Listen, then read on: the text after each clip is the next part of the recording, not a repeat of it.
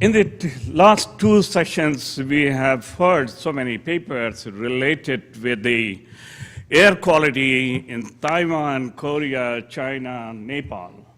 And only one paper was presented in the morning, and now I'm presenting this paper of air quality, air pollution, which is a very serious problem in India.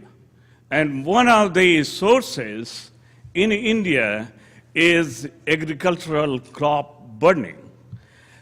Quite often when I teach my introductory course of earth sciences, I say that atmosphere has no boundary. But you have seen the sources of China is a very dynamic. But the sources of India is self-contained, okay?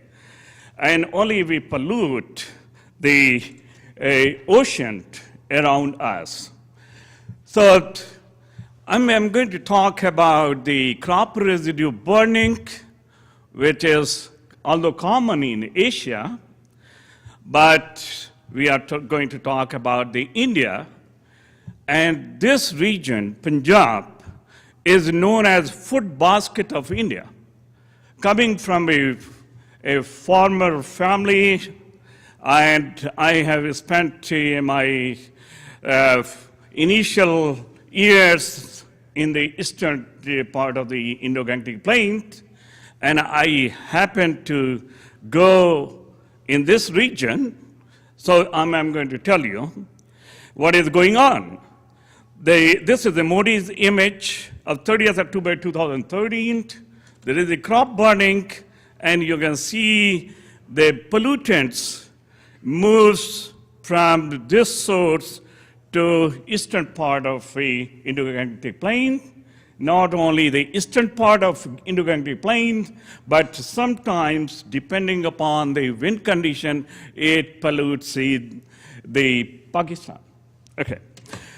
So you can see I happen to reach at the Pakistan border, and if you visit India, you can plan. This is beautiful in the evening, the change of flags, and you can see here the rice, and this is the earlier day people were doing manual harvesting, okay. And when they were doing manual harvesting, there was no problem. But the problem arose after 1986, when people started doing mechanized farming, you can see. And I put this guy photo.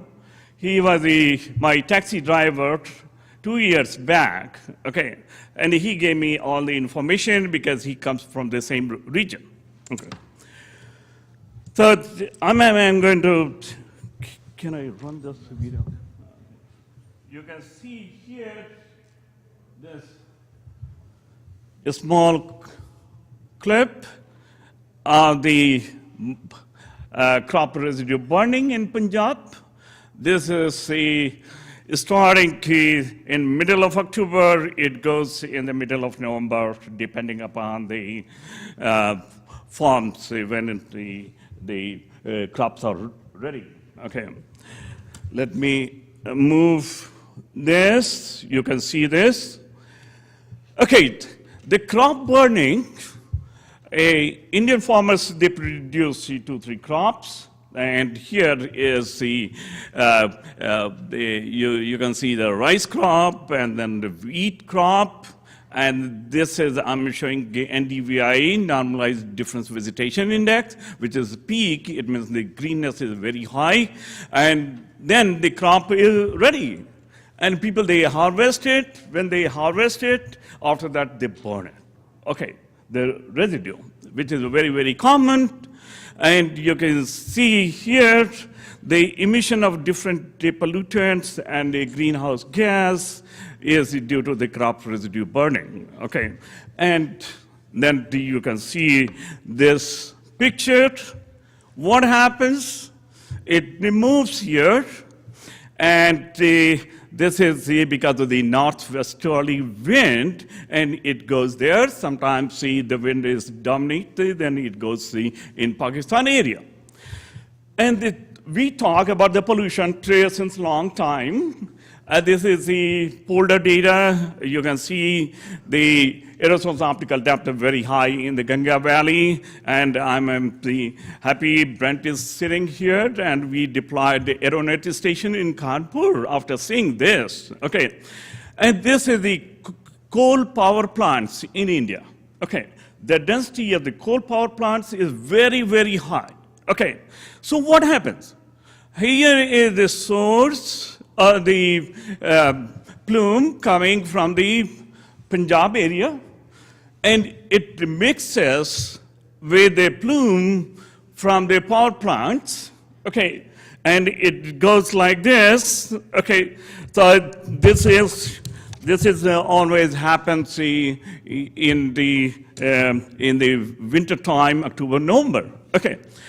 This is, you can see the forward trajectory from the source, and it not only goes in the Indo-Gangetic plain, but it also goes in the central part of India. Okay, so you can see this, and now I would like to show you the RSPM in the Delhi. This is Kanpur. Okay, this is Calcutta in the eastern part, okay? And this is the southern part, Chennai. And always, if you see the number, higher RSPM level over the northern cities compared to the southern cities, okay? And here is Modi's fire count. See, this is the aerosol optical depth, okay? We average in the area, Punjab and adjacent areas. This is the absorbing aerosol index. You can see we divided in the 4 weeks, pre-burning period, early burning, late burning, and post-burning. And you can see the PM is very high in the late burning, okay, because of the crop residue burning. Oh, sorry.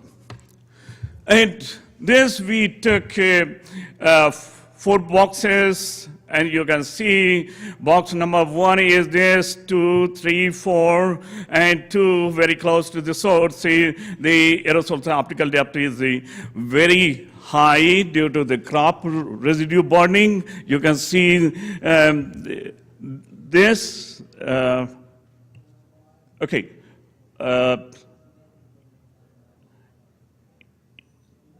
Okay, so in those boxes, this is very high. Okay. So here is the total carbon monoxide, and for the 2011-2012 during the crop residue burning, it is very high, okay? And this is the image of 4th November 2012, okay?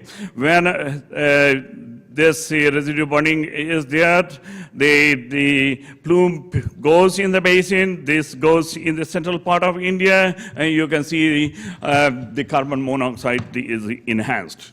Okay. This is again in the month of November, there is the carbon monoxide in different boxes. It is very high. This is the total column ozone, okay? And whenever there is a burning, the carbon monoxide enhanced, the total ozone column enhanced, okay? This is the total column NO2, okay? You can see the peak whenever the 1st of November burning started, the NO2 enhanced. And I deployed the DOAS, okay, in Delhi, Greater Noida, with the support of Thomas Wagner from MPIC, and it's still running, okay, but I'm trying to show you data from the 2010 to 2011, and here this is the monthly data, and in the month of November, here, November 2011, the NO2 enhanced, okay, right far away from the source. This is the formaldehyde. You can see in the month of October, November, it is enhanced. We are working further. Gonzalez, he is from Harvard, and he is part of this paper. Okay, here is a single scattering albedo, and this is right-hand Kanpur, okay, and this aeronet station is operational from 2001, and you can see 2012 when the absorbing aerosols is very high at the time of crop residue burning. It shows very well. And here is, I'm showing you Vinayak Sinha, who is at the western part of India, very close to the source, and he has also shown the carbon, enhanced carbon monoxide, the SO2, NO2, and ozone at the time of crop residue burning. So the conclusion is, air quality, aerosol, and meteorological parameters get affected. When it gets affected, there is serious health hazards and adverse climate impacts, especially during winter season. And you can see 900 million people, they live in this part. And they get really affected, and there are a lot of mortality cases, okay? There are a lot of respiratory problems in this region. And of course, the data is not available, okay? And you can see here what is here in the Indo-Gangetic plain, you have a crop burning, you have a dust during the pre-monsoon season, there are a lot of anthropogenic emission, it complicates the atmospheric chemistry. Okay, what is the remedial measure? And I'm requesting the government should also try to make strict laws for the emission control, implement timely maintenance of filters in the chimneys to curb emissions from the power plants, and ban crop residue burning. I would like to acknowledge all my collaborators. They are working in India, University of Patiala, Banaras Hindu University, Sharda University, Shiv Nada University, National Physical Laboratory, MPIC, Max Planck Institute, Aeronet team, Modi's OMI Aura team, and NASA Giovanni team. Thank you very much.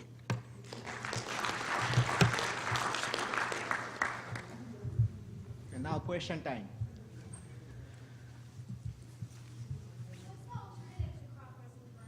What is it? Can you speak loudly?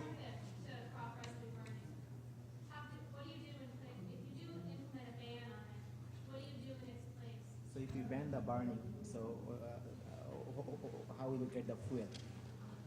Okay, if you ban the burning, earlier, before 1986, see, there was no problem, okay? Because when you do mechanized farming, you get a straw, okay? And the farmers, if they do manually, they have to spend a lot of money, you see? So they burn, just to get rid of that.